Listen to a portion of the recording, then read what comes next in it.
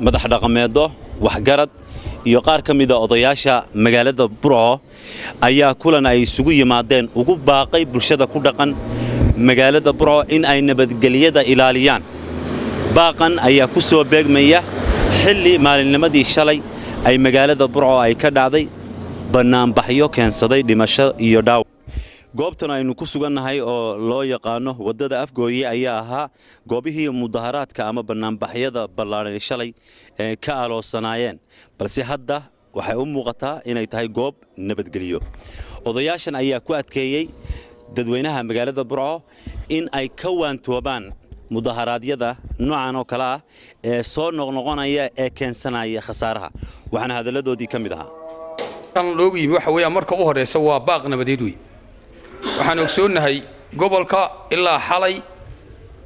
ilaa shalay waxa ka dhacaysay rasaas iyo dib aad u fara badan oo dad wax magarataa la geliyay waxaan ogsoonahay maanta dhibaato weynu way arag baynu ka nahay wax fara badan ayaynu soo maray oo aynu soo maray wadankan maanta in ciyaal iyo dumar iyo caruur dhagax inta loo dhiibo la yidhaahaa beelay isu shiida waa wax aad u qiimo liidatay waxaan leenahay marka u horeysa ninka mudaharaaday ee ka mudaharaaday waxa la bedelay taliye qaybeed wuxuu mudaharaaday baa horta marka u horeysa yar nahay odayaashan halkan isugu yimi anigoo ku hadlaya afka ganacsatada gobolka kana mid ah rugta ganacsiga gobolka waxaan leeyahay horta waxaan taxsiideynaa cidii ninkii halka ku dhintay meheradayda horteedu ku dhintay nin iska ganacsanayo oo miskiin ah ilaahay naxariistiisa ka waraabiyo cidii uu ka dhintay eheladiina samir iyo imaan Allah ka siiyo kuwa dhaawacana waxaan leenahay ilaahay ha shaafiyo waxa weeye waxaanu diraynaa anagu fariin waxaanu leenahay nabadgelyada ha la ilaaliyo nabadgelyada hadii la waayo la ganacsan maayo nabadgelyada hadii la waayo la fadhii maayo waxa idin sheegaya marka hore beesha walbari isu timi halka ay solaadiin leh boqoraay leh boqoray leedahay solaadiin bay leedahay uqaal bay leedahay akhyaar kale leedahay baac mushtari bay leedahay odayaashii beesha u sareeyay bay leedahay arrinta halka maanta la isugu yimi waa arrin laga xumaaday oo reerku ka dul qaadan kari waayay sida ay u dhacayso ama maalin walba u dhacdo horta waxaan taxsiidinayaa ruuxii shalay ku dhintay halka ilaahay naxariistiisa horta ha siiyo reerkii uu ka baxayna samir iyo ilaahay ha siiyo nimankii halka ku dhaawacmay ee ciidanka ahaa ee amniga ka tirsanaana ilaahay caafimaad degdeg ha siiyo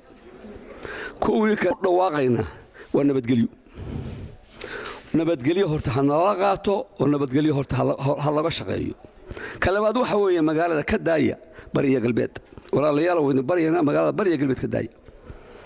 waayahay baaq u dirayaa arrintii shalay halkan ka dhacday waxaan anigu u arkaa wax ma garatay caruur iyo naago iyo wax ma garatay haba weynaadeen ninku hadduu tii shalay oo kale hadduu ku kaco wax ma garatay weeye wax ma garatay baan u arkaa wixii shalay wax ma garatayguna meel walba wuu joogaa geed walba wuu joogaa waxaan haddaba waanu jiray waana jiri doonaa wax ma garatay waxaan haddaba anigu baaq u dirayaa